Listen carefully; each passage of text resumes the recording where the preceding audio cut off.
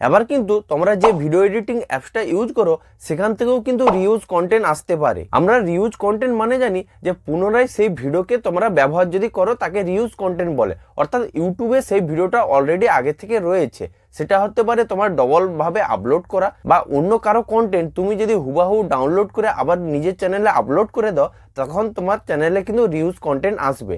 কিন্তু তোমরা যে ভিডিও এডিটিং অ্যাপসটা ইউজ করো সেখান থেকেও কিন্তু রিউজ কন্টেন্ট আসতে পারে। ধরো তোমার চ্যানেলে যে কন্টেন্ট বানাচ্ছ সেই চ্যানেলটা সম্পূর্ণ তোমার, নিজস্ব ভয়েস ওভার থেকে নিজস্ব ফেস থেকে সবকিছু তোমার করার পর তোমার মনিটাইজেশন ক্রাইটেরিয়াগুলো পূরণ করার পর তুমি যখন ইউটিউবের কাছে মনিটাইজেশনের জন্য পাঠাবে, তখন তোমার যদি মনিটাইজেশনটা রিজেক্ট হয়ে যায় না রিউজ কন্টেন্টের জন্য, তারপর কিন্তু তুমি খুব ভেঙে পড়বে এবং তুমি বুঝতেই পারবে না যে আমার সবকিছু নিজস্ব থাকা সত্ত্বেও কেন আমার চ্যানেলে রিউজ কন্টেন্ট এসে। তো এর মেন কারণ হচ্ছে তোমরা যে ভিডিও এডিটিং যে অ্যাপসগুলো ইউজ করো সেখান থেকে কিন্তু সঠিকভাবে তোমাদেরকে জানতে হবে যে কীভাবে অ্যাকচুয়ালি এডিট করতে হয়, তা না হলে রিউজ কন্টেন্ট এসে যাবে। তো আমি প্রথমে একটা ভিডিও এডিটিং অ্যাপস ওপেন করে নিয়েছি এবং আমি যেই পদ্ধতিটা বলবো সেটা কিন্তু প্রতিটা ভিডিও এডিটিং অ্যাপসে অপশানটা রয়েছে। দেখো এখানে ওপেন করার পর আমাদেরকে এরকম একটা ইন্টারফেস দেবে।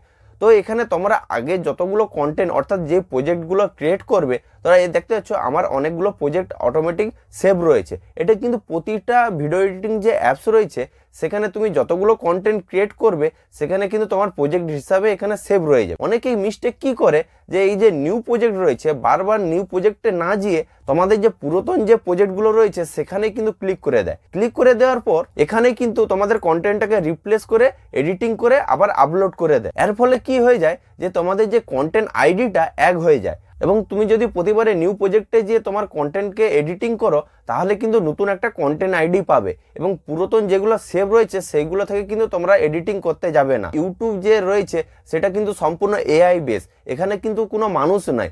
তোমার কন্টেন্টটাকে বিবেচনা করবে সম্পূর্ণ তোমার কন্টেন্ট আইডি দিয়ে এবং তোমার কন্টেন্ট আইডি যদি ম্যাচ হয়ে যায় তাহলে কিন্তু তোমার একই কন্টেন্ট বলেই ধরা হবে। এই জন্য সবসময় নিউ প্রজেক্টে গিয়ে তোমাদের কন্টেন্টটাকে ইনপুট করে এডিটিং করবে এবং এক্সপোর্ট করবে, তাহলে কিন্তু নতুন নতুন কন্টেন্ট আইডি পাবে। তো ভিডিওটা এতটুকু ছিল রিউজ কন্টেন্ট নিয়ে সম্পূর্ণ যে বিস্তারিত, তা আমি লিঙ্ক দিয়ে দেবো ডিসক্রিপশনে, ওখানে গিয়ে তোমরা দেখে নিতে পারবে যে রিউজ কন্টেন্ট আসলে আমাদের কি কি প্রবলেম ফেস করতে হবে এবং তার সমাধান। তো ভিডিওটা কেমন লেগেছে অবশ্যই কমেন্ট করে বলবে এবং ভালো লাগলে সাবস্ক্রাইব করবে। চলো দেখা হচ্ছে পরবর্তী ভিডিওতে।